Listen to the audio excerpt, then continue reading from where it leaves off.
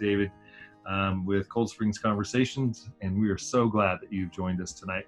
Right, so we have three great guests on the conversations tonight, and these are all folks from Cold Springs Church. And so we have three teachers who also happen to be parents of children who are engaged in this new adventure that we're calling being in lockdown and quarantine and social distancing and homeschooling.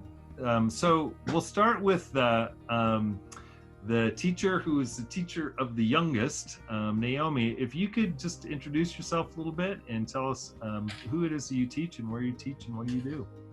Sure. Okay, so I teach first grade at Gold Oak Elementary, and so I'm distance teaching them, and then I have 4 kids at home, 3rd grader, 6th grader, 8th grader, and a sophomore that I'm attempting to homeschool while doing that too. So every day is an adventure.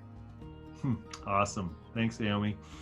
And you are also married to a teacher. Yes. Is that correct? Yeah. Yes, so we are all home trying to do school in a new way. Yeah, I think I saw some Facebook picture of you all in hammocks and trees. I'm not sure. I don't know. That might be the school I want to go to. They're like all down the hill in hammocks. Yeah, that's where we do reading time. All right. So Pam Cook. Pam is my awesome wife, and so Pam, introduce yourself and tell a little bit about what you do and who you teach and all of that. Well, okay, I am a 7th grade science teacher at Markham, and at Markham I have about 150 students that I teach science to. Awesome, great. And then Jamie Tricor, introduce yourself, please. I'm Jamie, and I teach high school English at El Dorado, and I've been there for a long time. And I teach primarily seniors and sophomores, and I also teach a reading class. And similar to Naomi, I have not 4 kids, I have 3 kids, and we are also doing school in it. It's super fun, and by super fun I mean maybe not so much. Well, see, Jamie, you have twins, and so twins actually count as 4. So I think you could go with the 5. I think you've got 5. I'll take that. And we won't say anything about your husband, whom we love. No, he's like having 5 more. It's fine. Great. So this is hoped to be a conversation. So there is a Q&A. If you are on Zoom, there's a Q&A button down there on your screen, and that's the way to interact with us. So if you have a question that you would like to throw out at any point, then you can just hit that Q&A and write a question and make sure that it's to everybody, to panelists and everybody. And if you are watching on Facebook Live, then if you want to get involved in that question and answer, you can make comments on the feed on Facebook, but we can't see it. So if you would like to be a part of the Q&A, then coldspringschurch.net is our website, and there's a link to this Zoom, and you can jump onto the Zoom at any point and ask a question. And so we might even unmute you if you have a question, so you could actually have a conversation with these awesome people. So as we start in this conversation, so what's changed for you as a teacher that you've had to deal with in this whole new reality that we find ourselves a part of? I think the better question is what hasn't changed. I think everything has changed, and it's compounded by the fact that we went from classroom teachers where we engage with our students every day, we're talking with them every day, we're looking at them every day, to not seeing them unless we're Zooming or Googling or whatever video format we're using, but you don't see them all, and so I think as teachers who connect or who work really hard to connect with students, the absence of the student is is, I think, heartbreaking for teachers. Like I want my kids. I want my kids. I want them. I want to see them. I want to talk to them. I want to ask how they are. And it's just not. That's not our reality right now. Yeah. Yeah. Naomi, Pam, what have you found? I think for me, one of the things that I really miss is really being able to help each one of them with what I know they individually need help with. You know, like if I'm doing on math, I know I'm going to hang out in this corner by this kid, or and then I know this kid's going to be done early, so I'm going to give him something else to do. But at home, and I'm trying to send home, you know, get the kids on different kind of learning paths, but it's tough. And I think, oh, I can't be there to support them where they need that extra help, and I miss that. And oh, I know this one needs extra support in this, and I miss being able to give all that individualized support that each one of them needs. Yeah. Yeah, piggybacking off of that, I love what you both said. One of the important things in teaching is being able to figure out if your students are understanding. And that's very hard to do remotely. We can put out the work and we can talk about the work, but to not have that that immediate kind of assessment, like, do you get it? Do you not get it? Do we need to go back?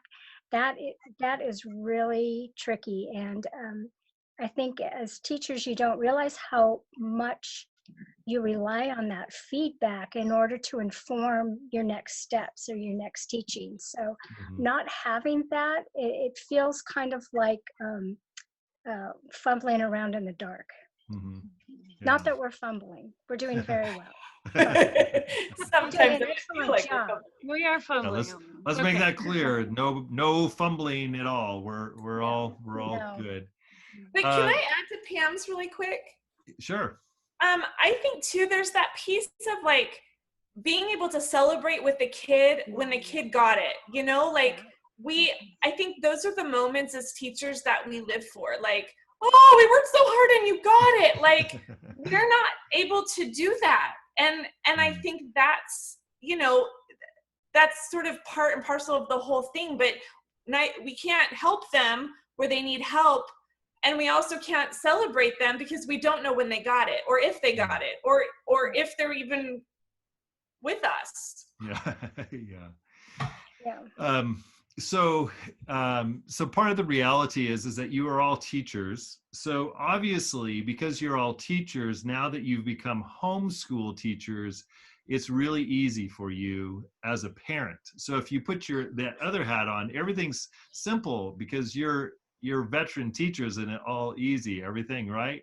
Remember, sarcasm is one of my spiritual gifts, so that might be sarcastic. So you sort of reflected on the teacher side of things. Why don't you put the parent hat on, and what has been different? What has changed for you, and what's the challenge?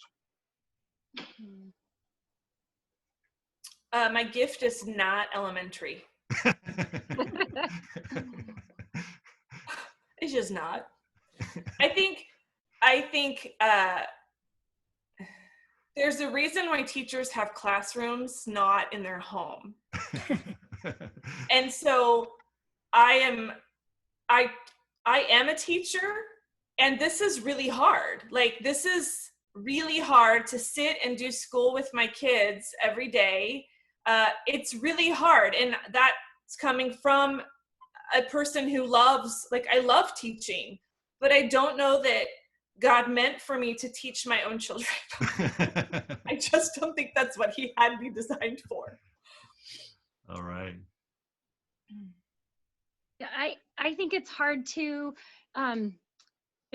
balance trying to work and teach your own kids. So it's like I totally sympathize with all of my other moms of my students that are trying to work full time, and they're trying to email and answer phones, and then, oh no, you're on this problem, and you know, and they're trying to do this and that, and especially the younger kids, they need more help. They're not as independent. So for them doing a new concept takes a parent to maybe sit with them and help with them.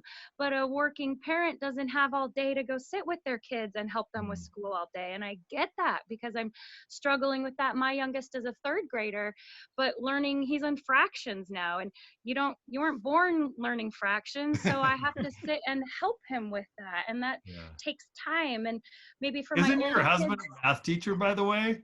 yes. What are you doing sitting with him? What's he doing? Out building a fence or something? I don't know. Actually, can you hear him right now? No. I might have to have a conversation afterwards. No, he's great. He's been so good at helping them, but he's really good, like with our older kids, helping them with their math. And but for my older kids, it's a lot of work trying to keep on top of everything. I mean, like they've got 6 classes, and we're like, did you get this done? Did you get this done? Did you get this done? And did you check this webinar? And did you check this Google Classroom? And did you check this email? And it's just a lot.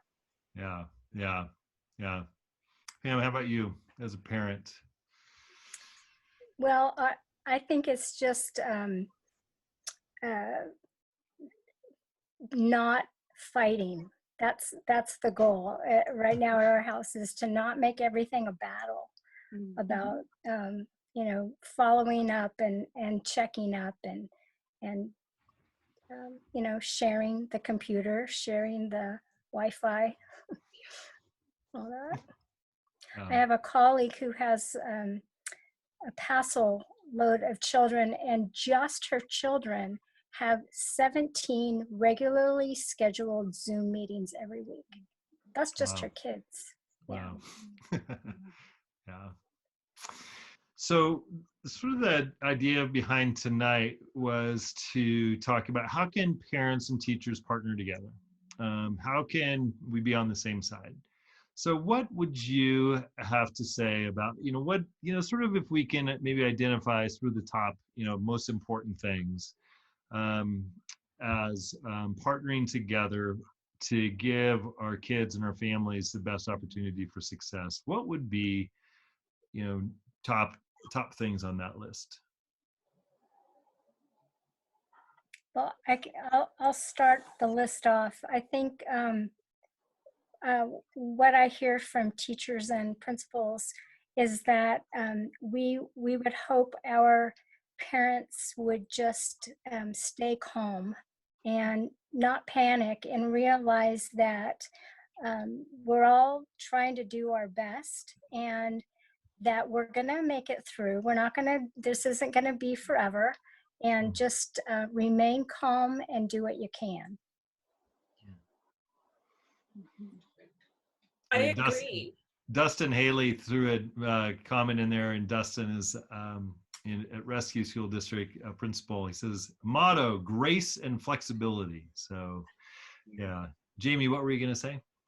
I was going to say I agree wholeheartedly with Pam. I think breathing is also really important. And, you had talked, Pastor David, a while back about that whole breathing, deep breathing, and the parasympathetic and the sympathetic nerve, that whole caboodle. And I think that's something that I have taught my kids when they're really, really upset, but it's also something that I have to do when I'm frustrated or feeling overwhelmed.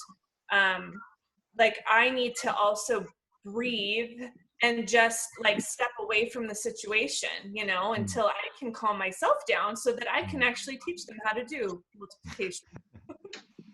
You mean everybody's a little stressed out? Is that what you might be saying? Oh yeah, maybe just a tiny bit. Yeah. Just it's all.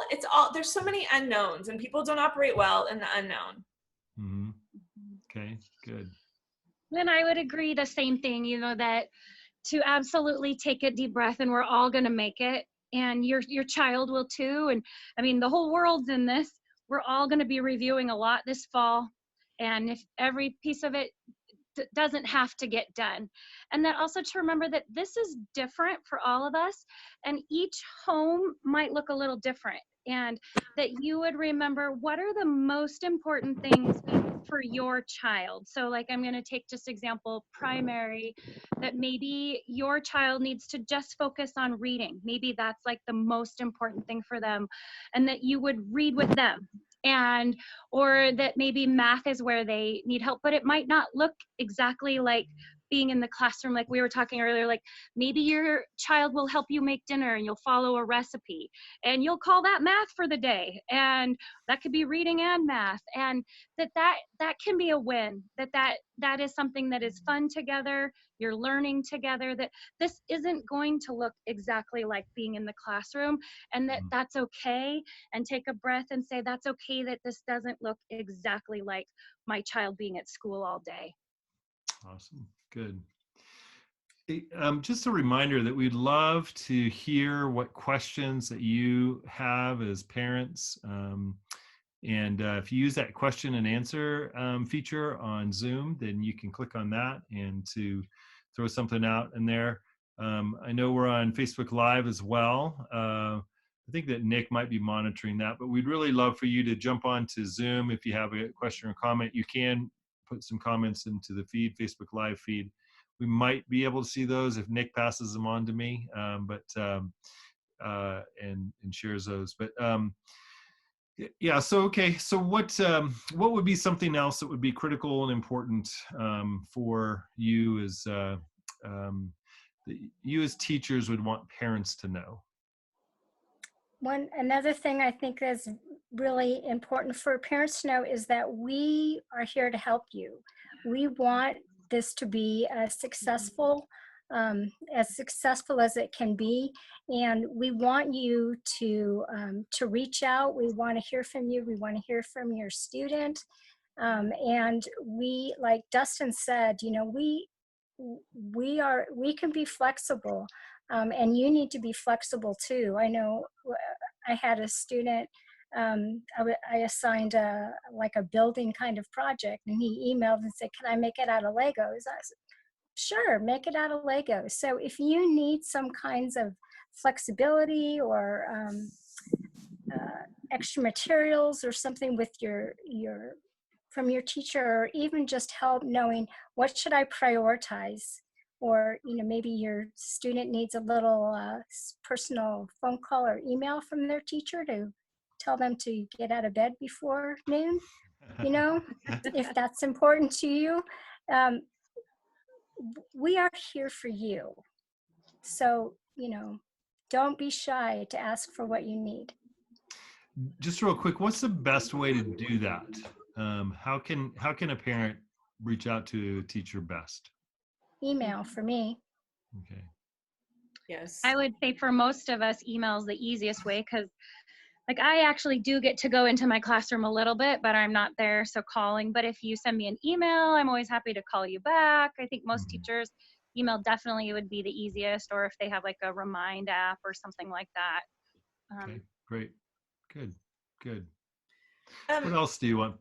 Jamie, what you look like you were going to say something there. I think that, I've had a lot of conversations with kids just about how they're feeling depressed and how they have a lack of motivation. And so I think the idea that the emotional and mental well-being of kids should be primary. It should be the first thing that we're worried about as parents and as teachers. In my department meetings, as we have talked about how we best address sort of the needs of our students, one of the things that has come up over and over again is like, we don't know what the situation is like at home. And I teach high school, so I'm dealing with a little bit different population perhaps, but we don't know what strife is happening at home, what hardships are happening at home, what the dynamics are like at home, if they're sharing one computer between 6 kids, and like, we just don't know, and how stressful and overwhelming that is. If I'm feeling overwhelmed in my little pocket and, with my 3 kids, and, we have what we need to get it to go around, but how much more then might someone else who doesn't have that kind of access or those kinds of resources? Uh-oh, Jamie froze. Did I freeze? Now you're back. There, you froze for a second there. So yeah. I'm in the sticks, right? I'm in the sticks. The internet is not always reliable in the sticks. But Let's just talk to your how husband about that. he's working on it. It's Oh. not going to happen. But just that the academics can't come before Mhm. the emotional and mental well-being of kids. It has to come after. If they're not okay, they're not going to learn. Mhm.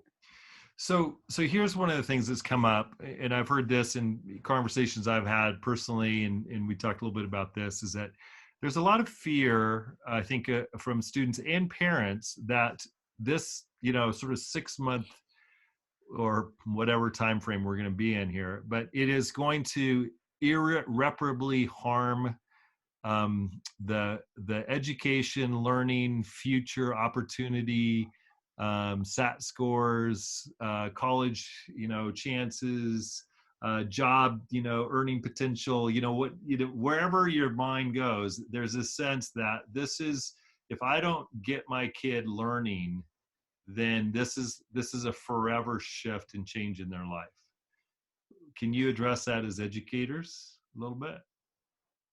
We're all in the same boat. All of The the whole entire world world. is in the same boat.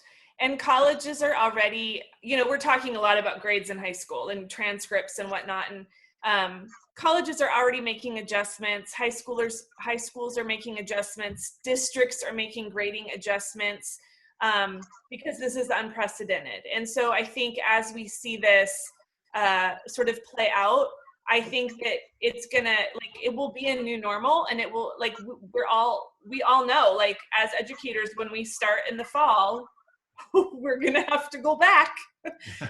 We don't know who got where, and that just is what it is. Mhm.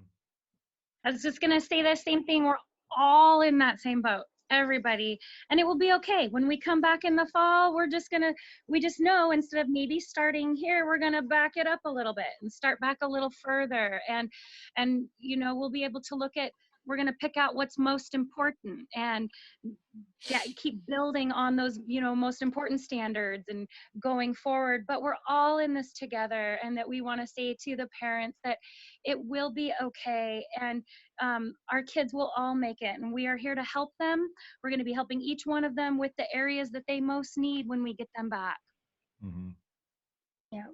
And that being said, as a science teacher, I'm going to say this, whether it gets me in trouble or not, that if you do nothing at all, if your child does nothing at all except two things, read and do math, because those things build more so than science. I know science is a standalone class, and there are concepts that go through all of science, but they're separated, and so is history, separated into separate standalone classes. They don't build so much on each other the way math does. So that's my advice. If you need to focus on just two things, read and do math. I don't know, do you agree or disagree with me, panel? Yeah, that's Pam, that's exactly what I'm telling my parents, is especially like in a primary level, you can read with your kids, that's your number one. Your number two is math, and all else is a bonus, but it's not worth stress, it's not worth angst, it's not worth those battles. Good.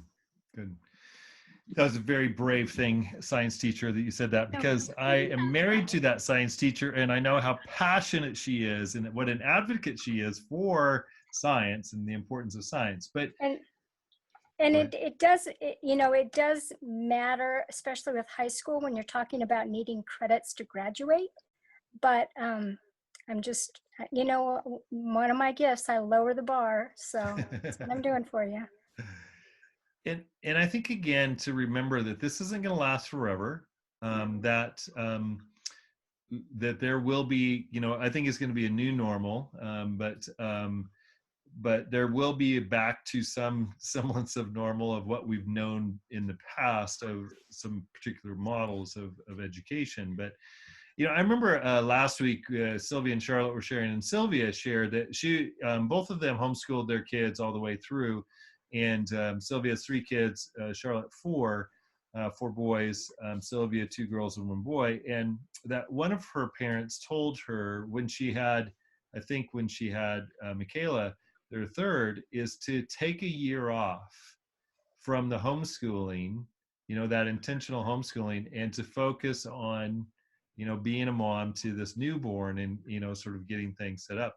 Now, Sylvia, if you know, I mean, she's a pretty intense person, so I'm sure that she still, did amazing things, but, that was sort of interesting advice that this time isn't going to irreparably harm the educational opportunities and growth of your child.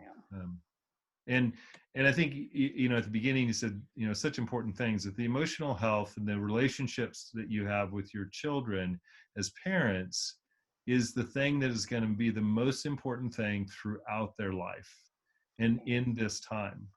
And so focusing on relationship first is huge. And again, we talked a bit about this last week, is that if your kid is stressed out and angry, they cannot learn. Their brain physically shuts off from learning when people are under stress.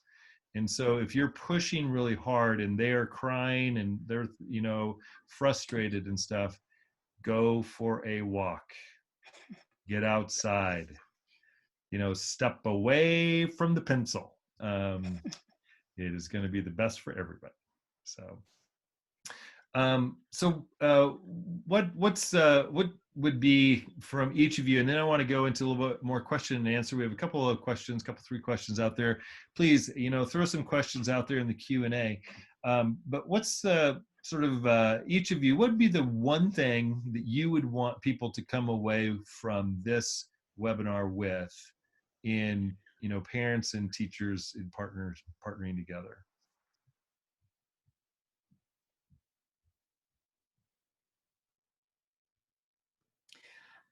I think to assume the very best about everyone's intentions.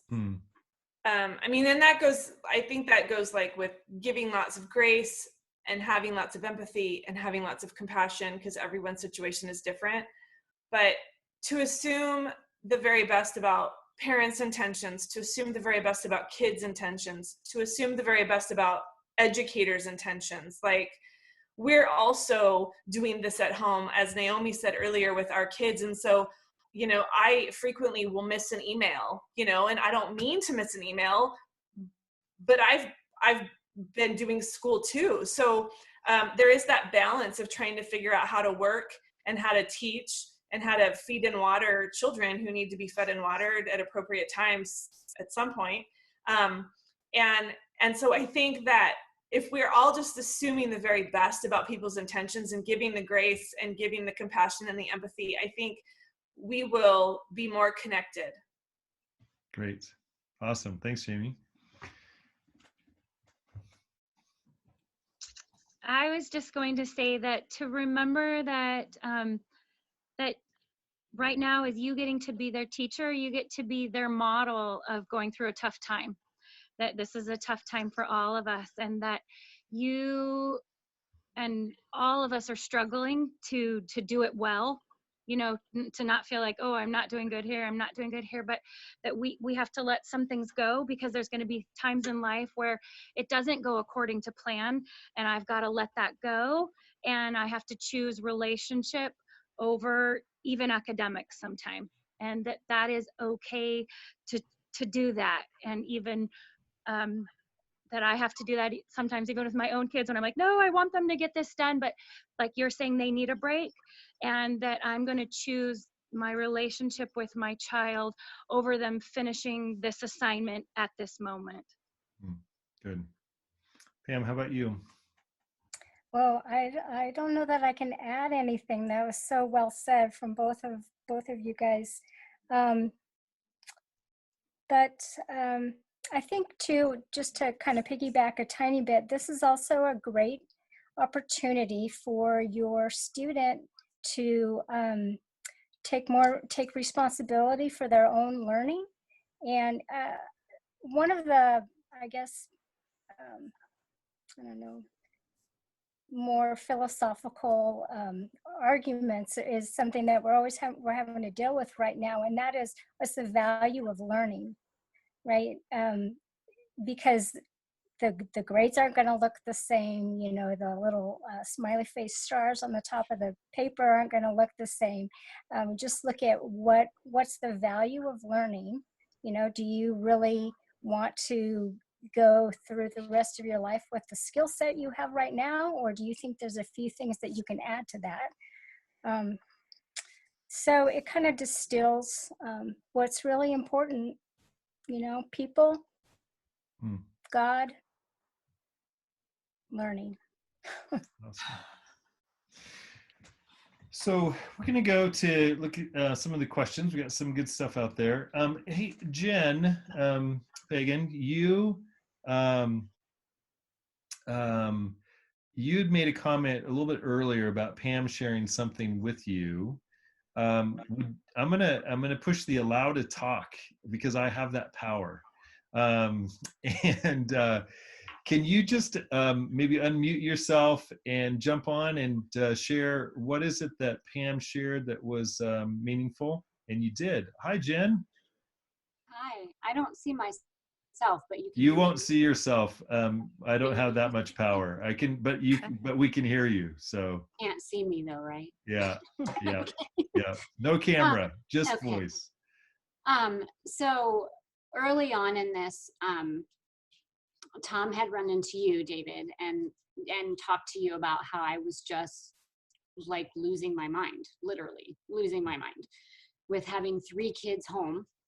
My 13-year-old's pretty dialed in. He's not really needing us very much, and all of their teachers are being amazing. Like everything that you guys are saying as teachers, my kids' teachers are doing. So that's great, but it's still, I just was struggling between finding that balance between being their mom and trying to be their teacher. And it just was driving me insane. Like I was just losing my temper. And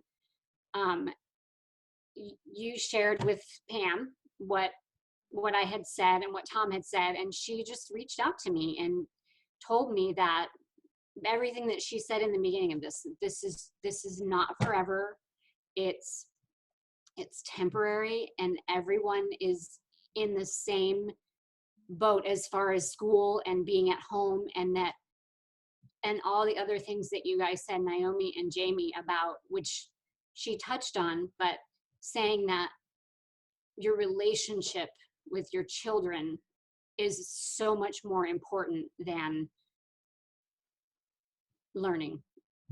But then I don't know, it just really touched me that Pam, you took the time to reach out to me and just share your heart with that. And it has, every time I'm about to just explode, her words, and I don't remember them exactly, but it was just that this is temporary and we're gonna get through. And you know, in so many words, stop and pray if you need to pray. And every time I'm about to just blow my lid, I hear her voice saying what I remember of those words. And it's helped me so much. I can't even thank you enough, Pam, for the words that you shared with me. So yeah. And then, like I said, all this other stuff that you guys are saying about how this is just a blip. Like it's not going to ruin our lives, and we're going to get back to whatever normal is going to be when this is over. But most importantly right now, our relationships. And also, Naomi, I think you said that our kids are watching us. Like they're watching our behavior and how are we handling this crisis? And if we're just losing our marbles, well, that's not teaching them how to handle crisis well either. And I just keep thinking those things in my head, and I'm taking a lot away from this tonight. But number one is the relationship with them is way more important than anything else. Yeah.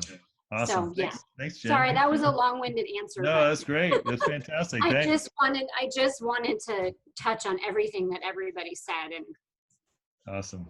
Thank you. yes, thank you for asking. I really appreciate that. Yeah, you know, a little bit of a funny story is that when this whole thing first started, one of our kids was pretty stressed out about this because from his perspective, Pam and I were in the high risk category because we are old people. So, you know, we're like going to drop dead any moment here because, you know, we're in the high risk. I'm like, come on, really? But, and then it was like, well, they don't seem to be all that worried about it. So I guess I can not be quite as worried about it. So Yeah. our kids are That's watching. what he said. I said, are you concerned about this? He goes, well, I was, but you're not worried about it. So I guess I don't need to worry about it either. Yeah. Yeah. Even though we are old, still old people. So Old and infirm. yes. So great. So Matt Smith put out here, science and history are great experiential subjects. Can we use our home experiences as teaching moments for both history and science? Oh, you just made my wife very, very happy, Matt. Way to go. Good job. Well, yeah, science is everywhere, right? From nature, going outside, cooking is chemistry and math. So it's very easy to turn just everyday life into science lessons. And then around, we live in the primo California history capital. There's so much to do, even though you can't park anywhere, but you certainly can can go for walks, go look for gold nuggets. There's so much to do, and so many resources available that for free now. Museums are having virtual tours. There's just all kinds of fantastic opportunities and really kind of kid-centric, fun ways to do science and history, especially. So yeah, do a little exploring, break out of the box. There's just all kinds of fun things to do. One of the things that I'm doing for my students, one of their assignments every week, is either kind of a building project or a recycling project, or like using a coffee filter and things around your house, make a water filter. So they get to make up this muddy, goopy water, and then they get to see what filters it. And yeah, just there's no limits to what you can do. And I think that goes also back to what you had said, Naomi, about this is an opportunity to create some family connections and some memories about, hey, remember when we were locked in the house forever? And so I think that's something to remember is that how can I build relationships? How can we make memories? I was talking with a woman today who teaches English to Chinese students in China through the internet, and one of her students broke down crying because her family had just been given cards that gave them the okay to go out and go for a walk, and they had been confined to their home since January. Oh my goodness. So when we think about, for us, El Dorado County, being, shelter in place is, we've got a lot of opportunity. And so I think that can also help us to get a little perspective to say, there are people who are really suffering, and we have a lot of opportunity. And so let's be grateful and have some gratitude and thankfulness for that. So another question, Cold Springs Youth said, how are you maintaining your own personal health and well-being during all of this? I can tell you what my wife's doing. So she's running. Running. Well, we thought it would be a good idea to get another dog. Because it's not crazy enough with 3 Right. kids and You're going homeschooling. now you've said you have 3 kids, but really you have 4, and then count the dog 5, and then you're going to add another one 6, and you have twins, so that doubles that. Yeah, we may have been a little bit preemptive on that, but we take a lot of walks, and we do a lot of puzzles. We have literally, I spend like what maybe we used to spend on coffee. I spend that on puzzles now, whenever I can find puzzles. And we read, and sometimes I'll go and hide in my bedroom, because that's, you just sometimes, safest for everybody. yeah, everyone, yeah, it's just time out. Mom needs time out, and I think I'm better for that, actually, like from just having, I think it's really hard when you're 24/7 in the same space with all of your people, and there's no way of diffusing that. So the walks and the everyone kind of go to your corners, like that's all ways so that when we come back together, we can do the relationship thing and do it better. Great. I was going to say that, having a routine, having a schedule totally helps. I mean, because all of our kids, they were at school on schools are on a routine, we're on a schedule. So, kids thrive on that, but make the schedule work for you. There's all those cute COVID schedules online, and I love those, but they don't always work for me. I'm not a morning person, so we are not going to start our day at 7:00 in the morning. And matter of fact, we start at 9, and that's great. Kids can get up, do what they want. And then we start our school at 9, and then I get everybody started, and then sometimes I'll go into my classroom. But have a schedule, but make it work for your family, that the schedule is serving you rather than you are serving your schedule. And that to build in time in that, just like Jamie's saying, for outside time. If we couldn't go outside, I think we'd all die.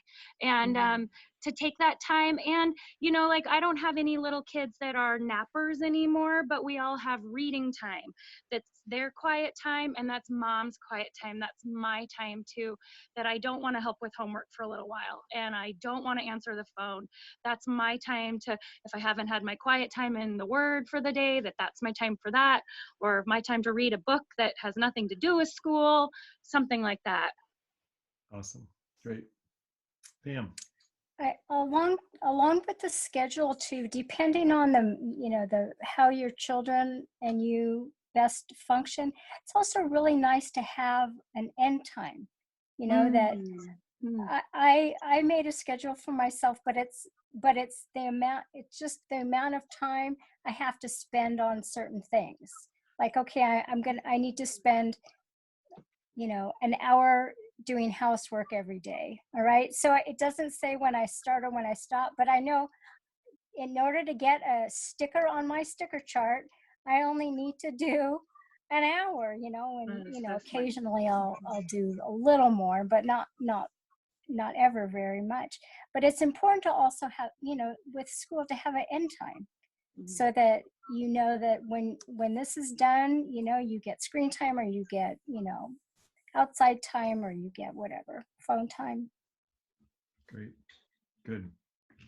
I think that, such a great question, because this is so unusual that there is just already a certain level of stress that everybody's living under.